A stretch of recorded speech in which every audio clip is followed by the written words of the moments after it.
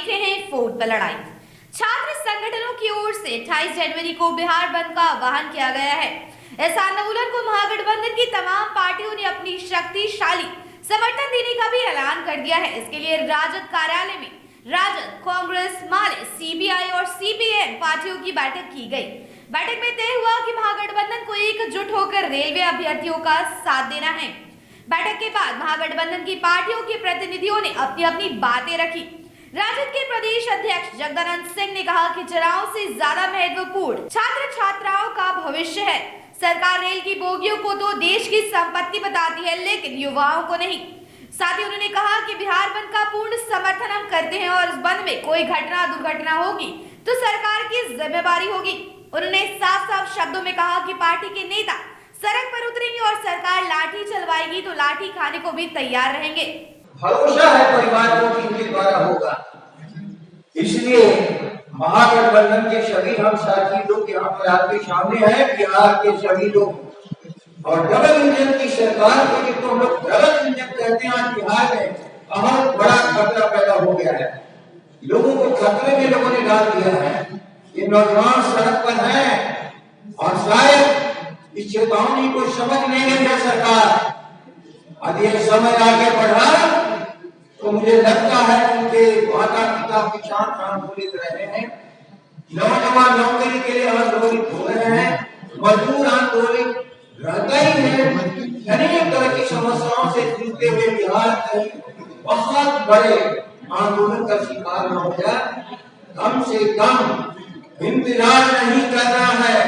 उत्तर प्रदेश का चुनाव का संवाद करिए, बहुत छोटा विषय है।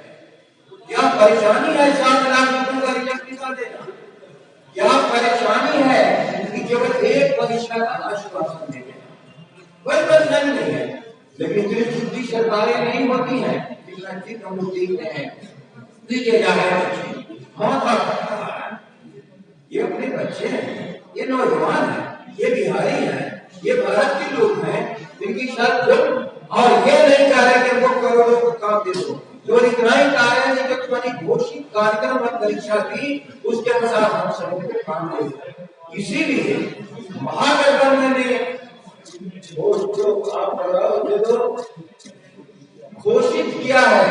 यदि कल 28 को बिहार के नौजवान बंद के लिए आह्वान किया है तो हम सभी बिहार के लोग और यहाँ जो बैठे महागठबंधन के लोग पूरे बंदी का हम समर्थन करते हैं। और इस बंदी में यदि कोई घटनाएं दुर्घटनाएं हुई तो सरकार का जिम्मेवारी होगा कि बिहार की शांति आगे बनी रहे। साथ ही माले के राज्य सचिव कुणाल ने विस्तार से बताया कि रेलवे भर्ती बोर्ड ने किस किस तरह की गड़बड़ियां की और छात्र क्यों भड़के हुए हैं। वास्तविक संख्या रिजल्ट में 7 लाख होनी चाहिए थी, लेकिन वो महज 2,76,000 ही रह गई है।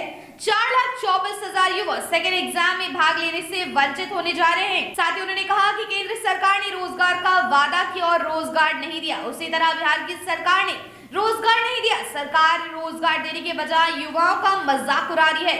इसीलिए ताजा विस्फोट युवाओं के बीच हुआ और वे सड़क पर उतर गए। सीपीआई के राज्य सचिव राम नरेश पांडे ने कहा कि रेलवे भर्ती बोर्ड की मनमानी से छात्र परेशान है। अब पुलिस की ज्यादती पर लगाम लगानी जरूरी है। शांतिपूर्ण तरीके से बिहार बंद हो।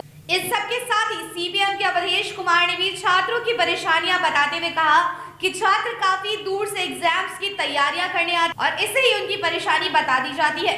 आगे देखने वाली बात होगी कि कल यानी 28 जनवरी को बिहार बंद में क्या क्या नई घटनाएं घटित होती है। लेकिन तब तक के लिए अब रहे हमारे साथ और देखते रहे हमारे चैनल फोर्थ पर लड़ाई।